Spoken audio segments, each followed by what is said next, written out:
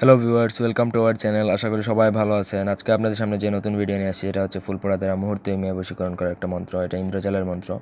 তার আগে বলা রাখি, সবাই আমাদের চ্যানেলটি সাবস্ক্রাইব করবেন, লাইক কমেন্ট শেয়ার করবেন এবং আপনি যদি আমাদের দিয়ে কোনো ব্যক্তিগত কাজ করাতে চান তাহলে আমাদের সাথে যোগাযোগ করবেন নিচে দেওয়া নাম্বারে।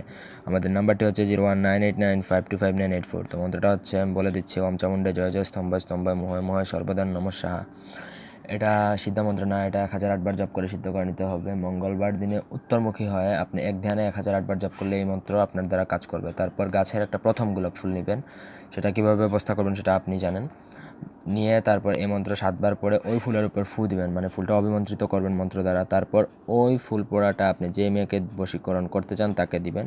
সে যদি একবার ঘ্রাণ নেয় তাহলে সাথে সাথে সে বশীভূত হয়ে যাবে। তবে একটা কথা বলার দরকার, কারণ হচ্ছে যে এই মন্ত্রটা আপনি যখন অভিমন্ত্রিত করে কোনো মেয়েকে ঘ্রাণ নেওয়াবেন ফুলের, তখন থেকে মেয়ে কিন্তু আপনার উপর আসক্ত হয়ে পড়বে, আপনাকে ছাড়তে চাইবে না। সুতরাং ভেবে শুনে কাজ করবেন, না হলে বাস খাইতে পারেন।